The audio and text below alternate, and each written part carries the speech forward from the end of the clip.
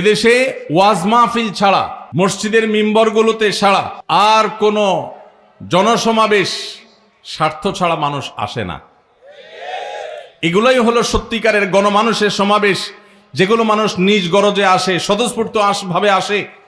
আমি আশা করব এই সমাবেশগুলোর এই স্বতঃস্ফূর্ততার ভাষা আল্লাহ আমাদের কর্তৃপক্ষদেরকে বুঝার তৌফিক দান করবেন।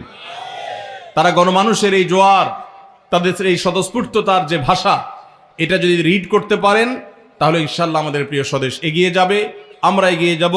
আমরা দোয়া করি গোয়ালমারি চৌধুরী বাড়ি কমপ্লেক্স এবং হাফিজিয়া ফুরকানিয়া দারুন নাজাত মহিলা মাদ্রাসা, এই প্রতিষ্ঠান দয়কে আল্লাহ রাব্বুল আলামিন কবুল এবং মঞ্জুর করুন। আল্লাহ তাআলা এই বাড়ির যে ভাইয়েরা, যে আল্লাহর বান্দারা উদ্যোগ নিয়েছেন, আল্লাহ রাব্বুল আলামিন তাদের মালে, তাদের সম্পদে, তাদের ঈমান আমলে, তাদের চিন্তা ভাবনায় বরকত দিয়ে পরিপূর্ণ করে দিন। তাদের ভুল ত্রুটিকে আল্লাহ তাআলা মাফ করে দিন। এবং তাদের পূর্বপুরুষদের কবর এখানে আছে, পাশেই আছে, আপনারা জানেন। আল্লাহ তাআলা তাদের ভুল ত্রুটি মাফ করে তাদেরকেও জান্নাতবাসী করে দিন।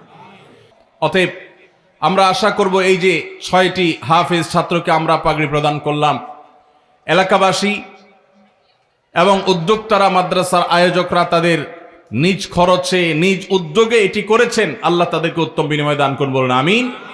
সেই সাথে আমরা আমাদের রাষ্ট্রের কর্তা ব্যক্তিদের কাছে বিনীতভাবে অনুরোধ জানাতে চাই, তারাও যেন এই ছেলেগুলোকে মূল্যায়ন করে।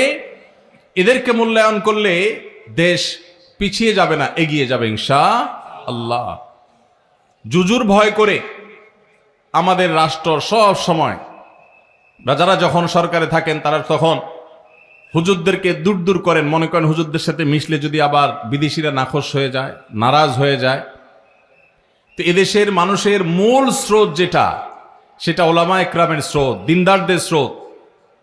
এই যে ওয়াজ মাহফিলের বিপুল সমাবেশ, মানুষের স্বতঃস্ফূর্ত অংশগ্রহণ, কোনো টাকা দিয়ে নয়, কোনো বিরিয়ানি দিয়ে নয়। আপনাদের কি সবাই বিরিয়ানি খাওয়ার জন্য আসছেন এখানে?